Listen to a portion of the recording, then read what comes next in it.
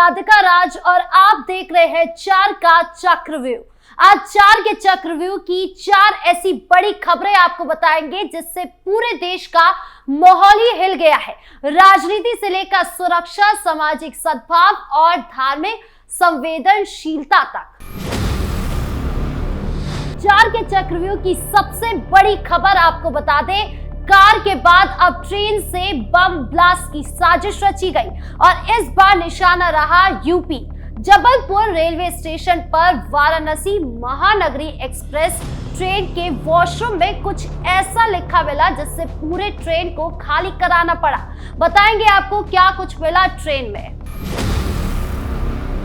बिहार विधानसभा चुनाव 2025 का exit poll आते ही विपक्षियों का हाल बेहाल हो गया है और इसी कड़ी में अखिलेश यादव ने भी पोल्स ऑफ पोल्स जो एनडीए की जीत सुनिश्चित करता है उसे भी खारिज कर दिया है। साथ ही सीएम योगी पर निशाना साधा अखिलेश यादव ने। बताएंगे आपको क्या कुछ बोले अखिलेश यादव। फिर बात यूपी पुलिस के एक्शन की, जिनका निशाना रही मस्जिद, जहां लोगों की परेशानी देखते हुए झांसी की एक और मस्जिद का लाउडस्पीकर उतारा गया, जिसके बाद मौलानाओं ने सड़कों पर उतरकर विरोध किया, लेकिन पुलिस की कार्रवाई चलती रही। तो क्या कुछ माहौल रहा झांसी में, बताएंगे आपको। आखिर में बात धर्मांतरण की। यूपी के सोनभद्र में धर्म परिवर्तन कराने की कोशिश का मामला सामने आया है, जहां पीड़िता को पैसे, मकान और शादी का प्रलोभन दिया जा रहा था, लेकिन पीड़िता ने चालाकी से मामले को पुलिस तक पहुंचाया, जिसके बाद एक नहीं, दो नहीं बल्कि पांच आरोपियों पर एक्शन हुआ। बताएंगे आपको पूरा मामला। तो चलिए शुरू करते हैं 4 का चक्रव्यूह। शुरुआत करते हैं 4 के चक्रव्यूह की सबसे बड़ी खबर से, जो ट्रेन ब्लास्ट से जुड़ी है। दिल्ली ब्लास्ट की घटना के बाद से लगातार जांच एजेंसीज हाई अलर्ट पर है, जिसमें ट्रेन की निगरानी की जा रही है। और इसी कड़ी में जब वाराणसी महानगरी एक्सप्रेस जो जबलपुर से वाराणसी की ओर जा रही थी, उसे चेक किया गया तो हड़कंप मच गया। सुबह के करीब 11 बजे जब ट्रेन इंटरासी जंक्शन के पास पहुंची तो एक यात्री ने वॉशरूम में कुछ ऐसे शब्द देखे जहां से विवाद शुरू हुआ। दरअसल वॉशरूम में पाकिस्तान जिंदाबाद, बॉम्ब ब्लास्ट, बम धमाका और ISIS जैसे शब्द लिखे दिखाई दिए, जिसके बाद जैसे ही ट्रेन इंटरासी जंक्शन पहुंची, RPF, GRP, सिटी पुलिस, बम स्क्वाड और डॉग स्क्वाड मौके पर पहुंच गए। ट्रेन को रोककर बोगियों की बारीकी से तलाशी ली गई। इस दौरान AC कोच में एक लाल रंग का लवारिस सूटकेस मिला। लोगों से पूछा गया तो सबने कहा हमारा नहीं है, जिसके बाद जांच टीम ने तुरंत TT को सूचना दी। TT ने बिना वक्त गवाए रेलवे प्रोटेक्शन फोर्स को कॉल किया। मिनटों में स्टेशन पर हड़कंप मच गया। क्या सूटकेस में बम था? बम स्क्वाड ने सूटकेस को कंट्रोल्ड तरीके से खोला, लेकिन अंदर से सिर्फ कुछ कपड़े और एक भगवत गीता निकली। हैरानी की बात यह थी कि यह सूटकेस किसी यात्री का था जो गलती से छूट गया था। यात्री का नाम राजेश कुमार, जो इंदौर से वाराणसी जा रहे थे। उन्होंने तुरंत कांटेक्ट किया और उन्हें कंफर्म किया गया कि ये उनका ही बैग है। लेकिन असली सवाल यह है कि वॉशरूम में पाकिस्तान जिंदाबाद जैसी चीजें किसने लिखी? विशेषज्ञों का मानना है कि ये दिल्ली में हाल के बम धमाकों का नतीजा हो सकता है। पूरे देश में सुरक्षा एजेंसियां अलर्ट पर है। रेल मंत्रालय ने आदेश दिया है कि सभी ट्रेनों से CCTV चेक बढ़ाए जाए और संवेदनशील रूट्स का डॉग स्क्वाड हमेशा तैनात रहे। मध्य प्रदेश पुलिस ने पूरे जिले में रेलवे स्टेशनों पर सिक्योरिटी टाइट कर दी है। नर्मदापुरम के SP ने कहा कि हम किसी भी तरह की लापरवाही नहीं बरतेंगे। जांच में अगर कोई सुराग मिला तो कड़ी कार्रवाई होगी। लेकिन अब इस पूरी घटना को लेकर सवाल ये उठ रहा है कि आखिर बार बार यूपी को लेकर ही ऐसी घटना क्यों आ रही है?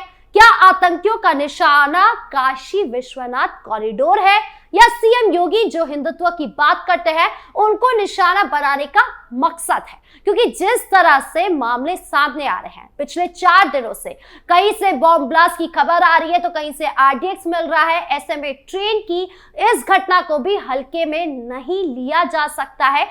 खैर, जांच एजेंसी अलर्ट है। ऐसे में आगे क्या कुछ होता है, क्या कुछ जांच में सामने आता है, ये देखने वाली बात होगी।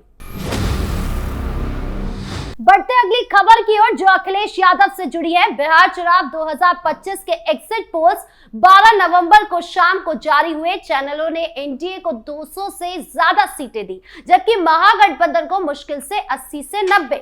ये आंकड़े आते ही विपक्ष में हड़कंप मच गया। लालू प्रसाद यादव की आरजेडी ने इसे मैनिपुलेशन कहा और कांग्रेस ने फर्जीवाड़ा कहा, लेकिन अखिलेश यादव का रिएक्शन सबसे तीखा था। उन्होंने कहा कि भाजपा हमेशा ऐसे पोल्स कराती है जो उनकी हार को छिपाने के लिए होता है। यूपी इसका जीता जाता उदाहरण है। यहाँ मतदाता सूची का विशेष गहन पुनरीक्षण चल रहा है जो साफ साजिश है। अखिलेश ने एसआईआर को कॉन्स्पिरेसी करार दिया और उनका तर्क था कि भाजपा चाहती है कि लोग वोट बनवाने जोड़ने में उलझे रहे और सरकार की नाकामियां जैसे कि बेरोजगारी, महंगाई, किसान संकट पर सवाल ना उठाई जाए। उन्होंने ऐलान किया कि हमने पीडीएफ प्रभारी तैनात किए हैं, सपा चुनाव आयोग से शिकायत करेगी और संकल्प है कि एसआईआर से डरना नहीं, डटे रहना है। साथ ही उन्होंने सीएम योगी पर भी निशाना साधा। अखिलेश यादव ने कहा कि मुख्यमंत्री जी को ऑरेंज इकोनॉमी के बारे में कुछ नहीं पता, वो केवल ऑरेंज कपड़ों के बारे में जानते हैं।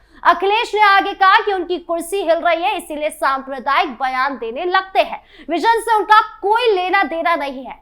यहाँ विजन की बात वो अखिलेश यादव कर रहे हैं जिनका पीडीए का मतलब दिन पर दिन बदलता रहता है, जो ईद पर सबसे पहले ट्वीट करके शुभकामनाएं देते हैं लेकिन रामनवमी में नजर नहीं आते हैं, जो इफ्तार पार्टी तो चले जाते हैं लेकिन राम मंदिर कभी नहीं गए। और रही बात एग्जिट पोल की, तो ये सिर्फ अनुमान है जिसमें एनडीए की जीत हो रही है, लेकिन अगर ये अनुमान परिणाम में बदल जाए तो सबसे बड़ा झटका अखिलेश यादव को ही लगेगा, क्योंकि फिर वो बोलेंगे कि बीजेपी ने ईवीएम में घपलेबाजी की या वोट चोरी हुई है। लेकिन सीधा सीधा दिख रहा है कि अखिलेश यादव को 2027 के यूपी विधानसभा चुनाव से पहले ही घबराहट हो रही है और अपनी हार का ठिकरा अभी से बीजेपी पर फोड़ रहे हैं, क्योंकि उन्हें पता है कि हार तो उनकी होनी ही है। खैर, अब यूपी चुनाव में क्या कुछ होगा ये तो देखने वाली बात होगी। साथ ही ये भी देखना होगा कि विपक्ष पर सीएम योगी क्या पलटवार करते हैं।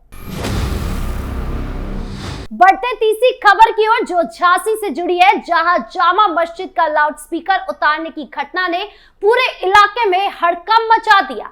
दरअसल सरकार थाना प्रभारी इंस्पेक्टर पप्पू सिंह अपनी टीम के साथ मस्जिद पहुंचे। उनके साथ थे सब इंस्पेक्टर रामेंद्र सिंह, 2 महिला कांस्टेबल और 6 पुरुष कांस्टेबल। मस्जिद के बाहर पहले से ही 20 से 25 लोग खड़े थे। कुछ नमाज पढ़कर लौट रहे थे, कुछ सुबह की चाय पीते हुए गपशप कर रहे थे। जैसी पुलिस की जीप रुकी, सन्नाटा छा गया। पप्पू सिंह ने मस्जिद के इमाम मौलाना अब्दुल सलाम से मिलकर बात शुरू की और कहा लाउडस्पीकर हटाना होगा, जिसके बाद मौलाना साहब ने तुरंत एतराज जताया, यह हमारी धार्मिक आजादी है, 50 साल से यही स्पीकर लगा है, किसी ने पहले शिकायत नहीं की है। जिसके बाद पुलिस ने दस्तावेज दिखाए जिसमें स्थानीय निवासियों के हस्ताक्षर वाली 40 शिकायतें थी। पुलिस ने मस्जिद कमेटी को नोटिस थमाया, कहा कि 24 घंटे में स्पीकर हटा लो वरना जब्त कर लेंगे, लेकिन कमेटी ने इनकार कर दिया। अगले दिन सुबह 7 बजे पुलिस फिर पहुंची और लाउडस्पीकर ना हटा देखते हुए तुरंत लाउडस्पीकर को हटा दिया। और न केवल झांसी में बल्कि यूपी पुलिस अलग अलग जिले में इस तरह से एक्शन ले रही है। बढ़ते चौथी खबर की ओर जो सोनभद्र से जुड़ी है, जहां से धर्मांतरण का मामला सामने आया है। एक आदिवासी युवती को पैसा, मकान और विवाह के प्रलोभन देकर धर्म परिवर्तन कराने के आरोप में पुलिस ने 5 लोगों के खिलाफ गंभीर धाराओं में मुकदमा दर्ज किया है। पीड़िता की लिखित शिकायत पर पुलिस ने ये कार्रवाई की। मामला अनुसूचित जनजाति उत्पीड़न, जबरन धर्म परिवर्तन और उत्पीड़न से जुड़ा हुआ बताया। पीड़िता रेणु कुमारी पुत्री मनोज सिंह गौड़ ने पुलिस को बताया कि वो अनुसूचित जनजाति से है और उसका परिवार आर्थिक रूप से कमजोर है, जिसका फायदा बदमाशों ने उठाया। रेणु के अनुसार आरोपी उसे और उसके परिवार को मुस्लिम धर्म अपनाने के लिए धन, मकान और अच्छे जीवन का प्रलोभन दे रहे थे। उन्होंने कहा कि चारों बहनों की शादी अपने बेटों से करा देंगे। युवती के मना करने पर उसे तरह तरह से धमकाया गया। आरोप है कि कॉलेज जाते समय आरोपी गाड़ी से पीछा करते थे, रास्ते में रोककर छेड़खानी करते थे और गाड़ी में बैठने की कोशिश करते थे। और आपको बता दें कि ये कोई पहला मामला नहीं है जिस पर इस तरह से एक्शन लिया गया हो, बल्कि जो कट्टरपंथी हिंदुओं को अल्पसंख्यक बनाने में तुले हुए हैं या फिर हिंदुस्तान को इस्लामिक देश बनाने का सपना देख रहे हैं, उनके खिलाफ इस तरह का एक्शन लिया जा रहा है। और सीएम योगी ने यह सुनिश्चित किया है कि छांगुर जैसे अपराधियों को किसी भी हालत में बख्शा नहीं जाएगा। अब इस पर क्या कुछ एक्शन होगा, ये देखने वाली बात होगी। बहरहाल 4 के चक्रव्यूह में इतना ही। धन्यवाद।